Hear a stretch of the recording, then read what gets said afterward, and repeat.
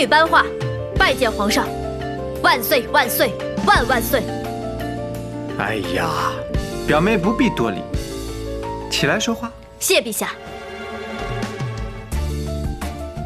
民女听闻齐州叛乱，特来请缨平乱。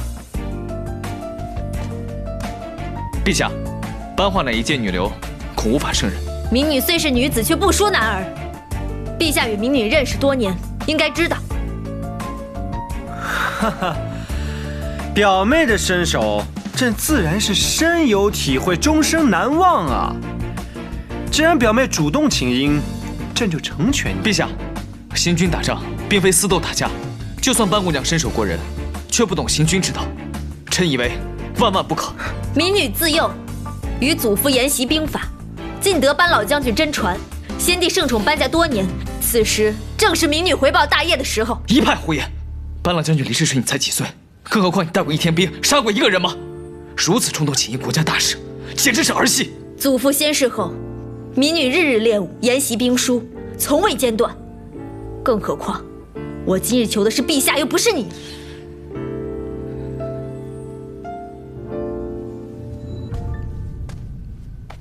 陛下，承安伯所言极是，不如派一个有经验的副将协助班化一同出征，以防有误。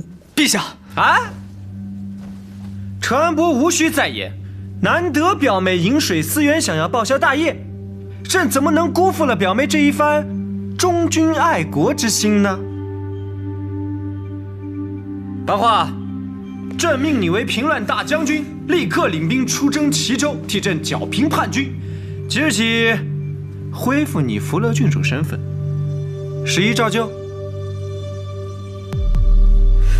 谢陛下恩典，民女定不负陛下所托。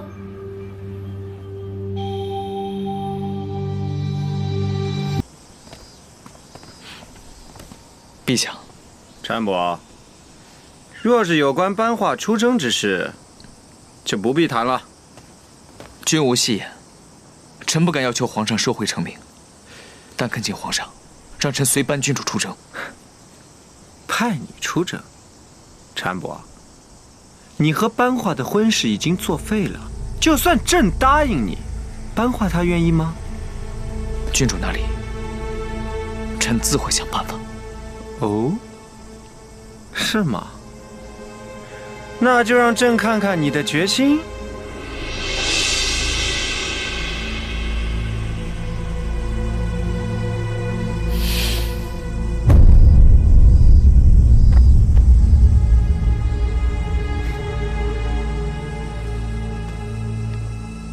臣恳请陛下恩准臣，随班郡主前往齐州平乱。既然你如此诚心，朕就答应你，好好考虑考虑。你就暂且在此好好的跪着，让文武百官们好好的看看你这大业第一才子，也要对朕俯首称臣。